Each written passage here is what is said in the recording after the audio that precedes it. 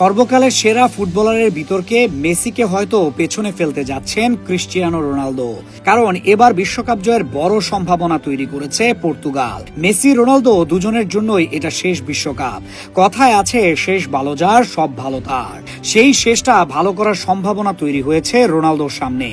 2026 বিশ্বকাপের আগে সেরা ফর্মে আছে পর্তুগাল। রোনালদো নিজেও চমক দেখাচ্ছেন প্রতিটা ম্যাচে।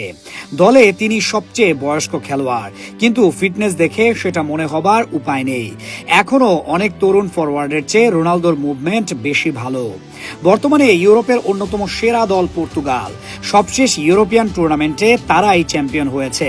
নেশনস লিগের ফাইনালে হারিয়েছে স্পেনকে, যে স্পেন আগামী বিশ্বকাপের অন্যতম ফেভারিট। অর্থাৎ পর্তুগালের এই স্কোয়াড যে কোনো দলকে হারানোর সামর্থ্য রাখে। সেটার প্রতিফলন র্যাঙ্কিংয়েও দেখা যাচ্ছে। বর্তমানে ফিফার আন্তর্জাতিক র্যাঙ্কিংয়ে পঞ্চম স্থানে আছে পর্তুগাল। এমনকি ব্রাজিলের মতো দলকেও তারা পেছনে ফেলেছে। এক সময় যাদের একমাত্র তারকা খেলোয়াড় ছিলেন ক্রিস্টিয়ানো রোনালদো, এখন সেই দলে আছে বেশ কয়েকজন বিশ্বসেরা ফুটবলার। যেমন পিএসজি মিডফিল্ডার ভিতিনহার কথা বলা যায়। বর্তমানে সেরা মিডফিল্ডারের তালিকা করলে ভিতিনহা প্রথম দিকেই থাকবেন। পর্তুগাল স্কোয়াডের অন্যতম ভরসা তিনি। সাথে আছে জোয়াও নেভাস এবং ব্রুনো ফার্নান্দেজের মতো তারকা, যারা ইউরোপের শীর্ষ পর্যায়ে পরীক্ষিত।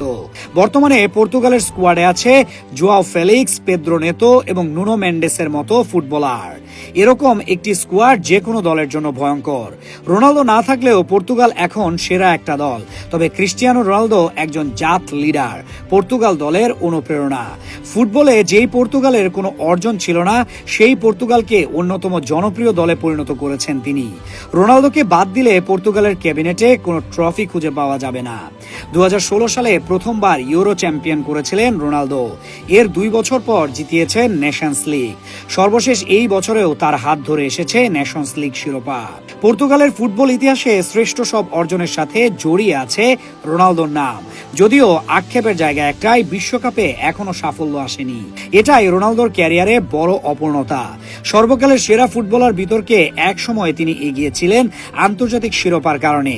মেসি ছিলেন ব্যাকফুটে। এখন মেসি 4টি শিরোপা জিতে ধরাছোঁয়ার বাইরে চলে গেছেন। ক্রিস্টিয়ানো রোনালদোকে এখন আর সর্বকালের সেরা বলা হয় না, কারণ বিশ্বকাপ তিনি জিততে পারেননি। কিন্তু এবার সেই আক্ষেপ দূর করার ভালো সুযোগ সামনে এসেছে। সাম্প্রতিক অতীতের সেরা ফর্মে আছে পর্তুগাল। এরকম দুর্দান্ত একটা স্কোয়াডের সামর্থ্য আছে বিশ্বকাপ ফাইনালে যাওয়ার। সেটা করতে পারলে শেষটা দারুণ হবে রোনালদোর জন্য। ফুটবলের বেশিরভাগ রেকর্ডে তার নাম লেখা আছে। স্পেন, ইতালি, ইংল্যান্ড সব দেশের লিগ জিতেছেন, নিজে হয়েছেন সেরা গোলদাতা।